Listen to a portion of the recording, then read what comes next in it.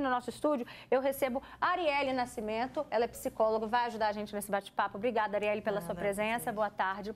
A advogada Virgínia Luna, muito obrigada também pela sua participação aqui com a gente. E a gente também recebe aqui a Lorena. A Lorena é mãe, né? Você é mãe solo, não é isso? Fala com a gente no microfone. Não, eu sou casada. Não, eu moro junto. Certo, você mora junto, mas você é separada do pai da sua filha, né? Explica pra gente como que é essa sua realidade e o que você achou agora dessa possibilidade dessa mudança. Então, a minha realidade é que eu convivo com ela sozinha desde quando ela nasceu. Na verdade, né, que são dois, né, que o mais velho eu vivi com ele até uns 4 anos, aí depois ele foi morar com o pai. Aí depois de uns 11 anos e meio por aí, ele veio de novo para mim. E está até hoje. Agora, a questão dela, eu entrei sim na justiça, portanto, eu sempre falava que eu não ia entrar. Naquela época, eu bebia muito. Aí, então, depois que o que ele fez, que ele jogou um copo de cerveja na minha cara, aquilo ali para mim foi gota d'água. Eu parei, porque eu falei que ia dar, né, que ia dar problema, ou ele me matava ou eu matava ele. Um dos dois. Aí, parei, logo comecei a trabalhar e estou até hoje, graças a Deus. Estou criando ela sozinha também, né? Hoje eu tenho um neném de 2 anos, estou com meu marido, a gente mora junto. Mas é muito difícil, porque às vezes ela quer alguma coisa e não tem como eu dar, né? Porque o dinheiro nem sempre dá. E a gente não está falando só do dinheiro. Como que é a participação do pai na vida dela, na vida da sua filha? Então, a participação da vida dela é um pouco assim, vamos dizer que é um pouco complicado. Porque foi igual eu falei, né, mais cedo. Ele pega ela, quando ela quer ir para lá, ele pega. Igual já, esses dias mesmo, ela pegou e falou: mãe, eu não vou para casa do meu pai mais, não. Porque já vai fazer 1 mês já que ele não me pega, então não vou para lá mais. Porque quando eu entrei na justiça, não em questão de dinheiro, mas sim para ele pegar ela, né? Aí ela pegou e falou isso daí. Então, eu preferia deixar ela do jeito que tá, porque quando eu fui, o juiz lá, não sei se era o juiz, não sei o que era, pegou e falou que ele também não é obrigado a pegar ela. Então, se não é obrigado a pegar ela, ela também não é obrigada a ir. Mas isso agora mudou, não é isso, doutora Virgínia? Boa tarde, Roberta. Boa tarde.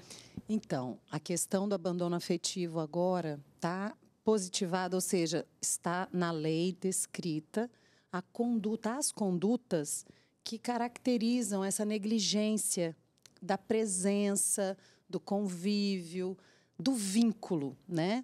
E é importante a gente esclarecer o seguinte: ninguém é obrigado a amar. Amar é um refinamento.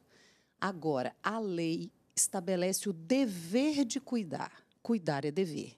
Então, a presença, o interesse, essa conduta de abandono afetivo, ela se caracteriza por uma intenção deliberada de não existir na vida do filho, né? É como se o pai ou a mãe não tivesse interesse em existir na vida do filho, né? E como é que fica o psicológico dessa criança diante disso que a doutora disse, né? Como se o pai ou a mãe não tivesse o interesse pela criança. Olha o impacto, como é que fica as consequências disso na vida dessa criança, Arielle? Acho que esse assunto ele é muito importante, porque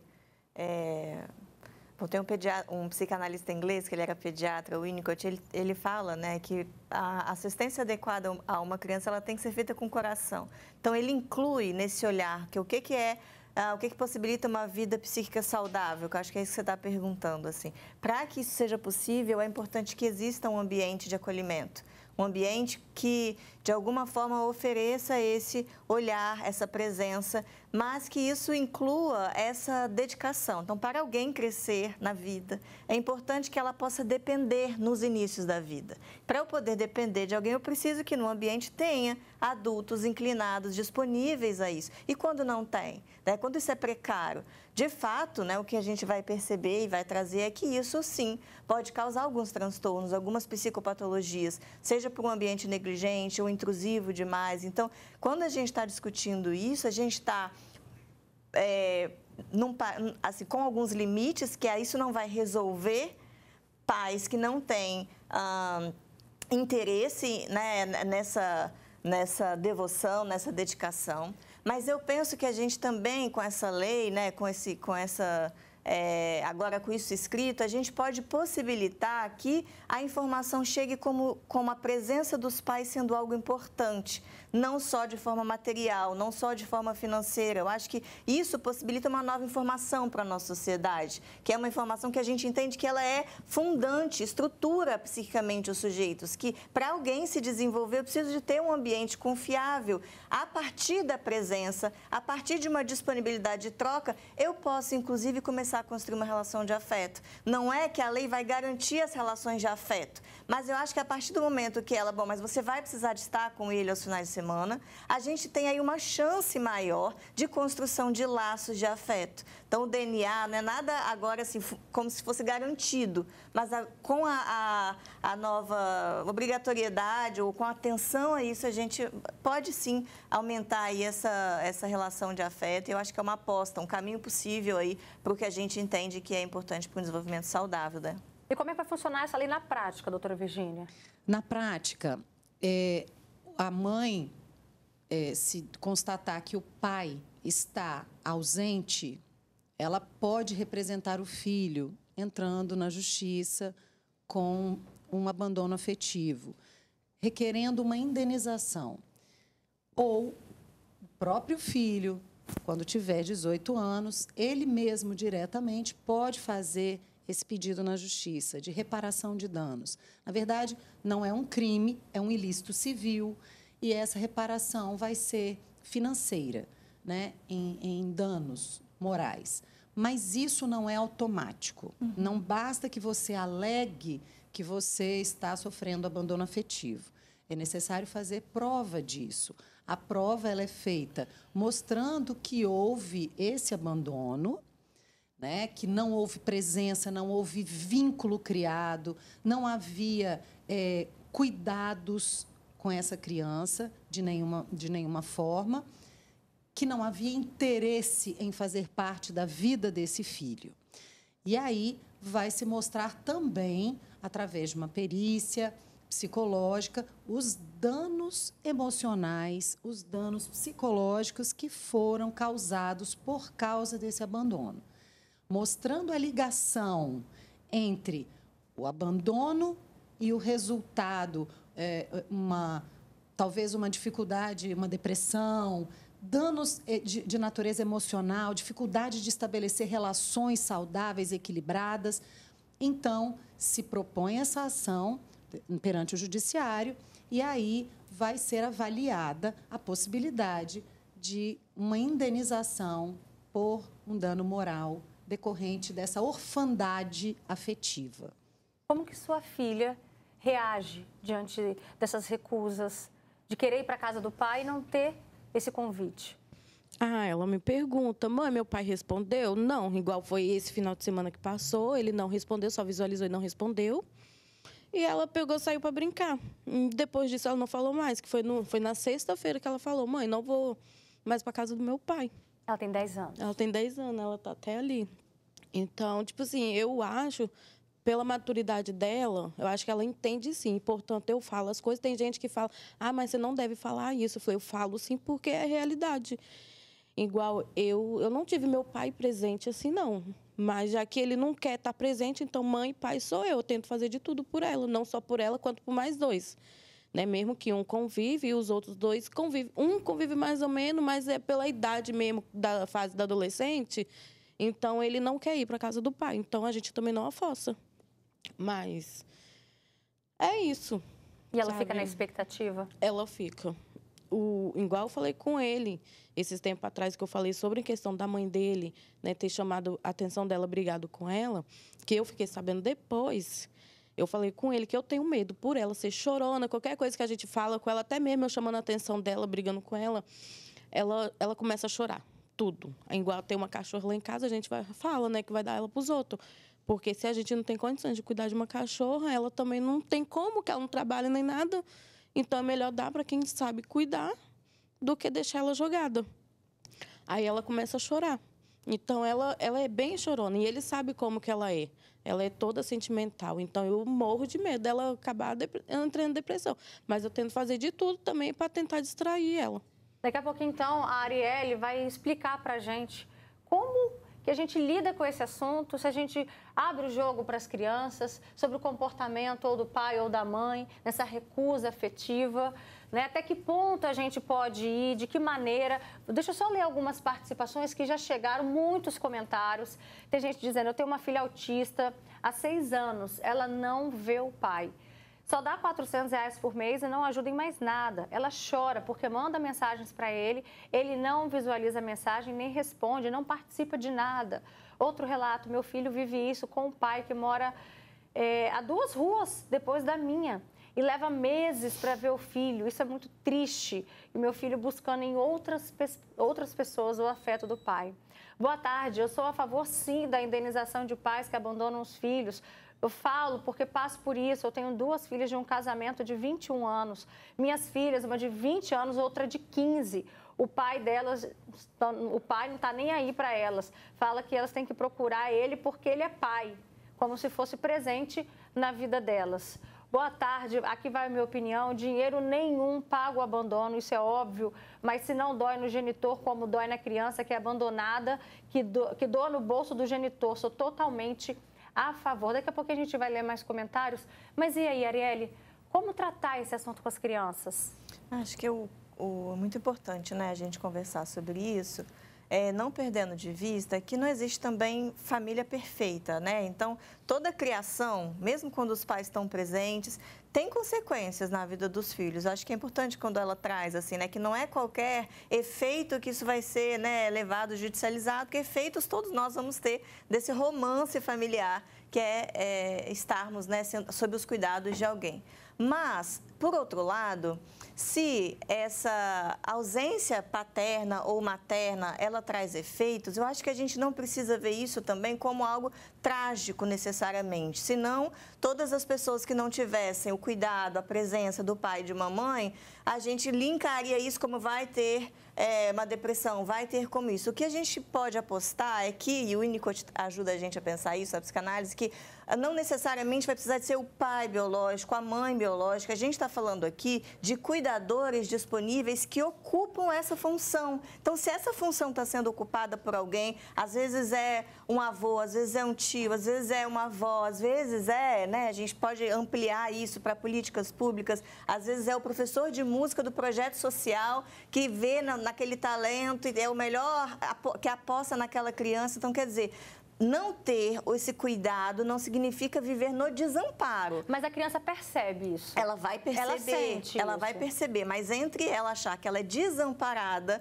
e que por conta disso ela não tem a condição de se estruturar a partir da história dela, ela pode elaborar, se haver com a própria história em algum momento, mas através desse cuidado que aposta e dizer, não, mas temos outros cuidadores, né, levando ela para relações onde ela sente o amparo, onde ela sente o cuidado, vai ter, então, uma condição dela construir, com essa história, que não é outra, possibilidades dela caminhar e seguir na vida dela. Mas a mãe fala a verdade para a filha? A verdade, ela nunca deve ser enganada, mas ela pode ser falada com cuidado e com afeto. Isso significa que as mães, né, falando das mães que foi isso que foi trazido, mas pode ser o contrário, precisa de ter muito cuidado de, ao falar, tentar olhar para si e ver com o que está vindo junto com essa verdade, que às vezes vem também uma mágoa, uma raiva, um ressentimento. Eu acho que isso a gente pode filtrar para as crianças. Acho que a forma da gente passar a realidade para as crianças é um pouco dose a dose, de modo que elas consigam receber isso de uma forma mais cuidadosa. Doutora Virgínia, teve um comentário aqui que eu li que fala de filhas que hoje já têm 21 anos, né? Hoje tem 20, outra tem 15. Existe idade para fazer esse pedido? Existe. Depois que ela faz 18 anos, ela tem um prazo de até 3 anos para poder ingressar com esse pedido. Depois, aí já prescreve a possibilidade dela entrar em juízo para fazer esse pedido de indenização. Pode falar.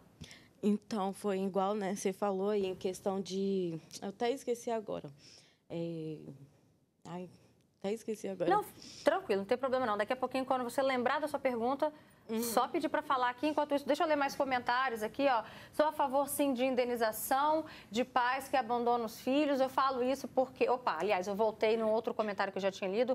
Eu sou da Serra, eu tenho 3 filhos com um cara que não dá nada e nem procura as crianças. É difícil falar sobre o pai para eles. Teve uma pergunta aqui, doutora, de uma pessoa falando que o pai mora longe. Olha, meu neto vive longe do pai, que mora em BH. Essa lei também abrange para pais que moram longe dos filhos? Então, isso é muito importante, essa pergunta é excelente. A questão da presença não significa necessariamente presença física, porque nós sabemos que existem configurações familiares em que os pais não moram na mesma cidade, ou por questão de separação ou divórcio, ou por questão de emprego, né? Ou uma necessidade momentânea.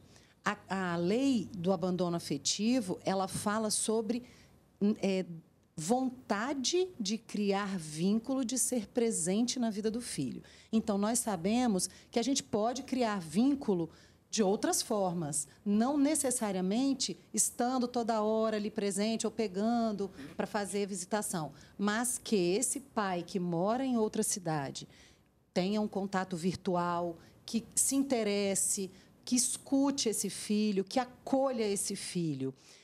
Se ele não pode estar sempre presente fisicamente, que ele encontre formas de fazer isso virtualmente e, eventualmente, quando puder, essa visita ir até aos filhos ou os filhos irem até ele. Perfeito. Então, Fala rapidinho que o nosso tempo acabou, mas pode falar. Então, é sobre essa questão, né, do filho ir atrás do pai. Eu penso diferente. Enquanto a criança é pequeno, o certo é o pai ir até a criança, né? E depois que a criança estiver adulta, a criança realmente tem que ir atrás do pai, dependendo da idade que o pai tiver. Se tiver idoso, né? Igual o meu marido, eu falo sempre com o meu marido sobre isso. Enquanto ele for criança, porque ele tem um menino de 12 anos, enquanto ele for criança, o certo é você ir atrás dele. Só que a mãe dele fica segurando. A mãe dele não deixa ele ir lá para casa, vai quando ele quer, quando ela quer. E quando meu marido quer pegar o menino, ela fala que não vai, ela inventa um monte de história. E fala que foi no Conselho de Viana, e maior confusão. Eu falei, cara, eu nunca passei por isso e pela primeira vez eu estou passando. Infelizmente, acontecem essas duas situações, né, de mães que tentam estimular o convívio da criança com o pai e também acontece o inverso, né? É o que a Arielle disse bem. A gente precisa saber filtrar para que uma mágoa do passado não interfira nas relações das crianças, porque é um direito da criança ter um convívio. E não se transforma em alienação parental também, né, Roberta? Perfeito. Porque isso também é o outro lado da moeda. Muitos pais também acabam se afastando dos seus filhos por causa de alienação parental cometida pelas mães e vice-versa, tá? Nós estamos falando aqui, né, pais e mães, pelos exemplos que foram trazidos, né? Perfeito. Mas a gente tem que tomar muito cuidado com isso também. Tá joia. Inclusive, esse é um assunto para a gente debater futuramente aqui no Fala Espírito Santo. Um beijo para vocês, uma boa tarde, tá?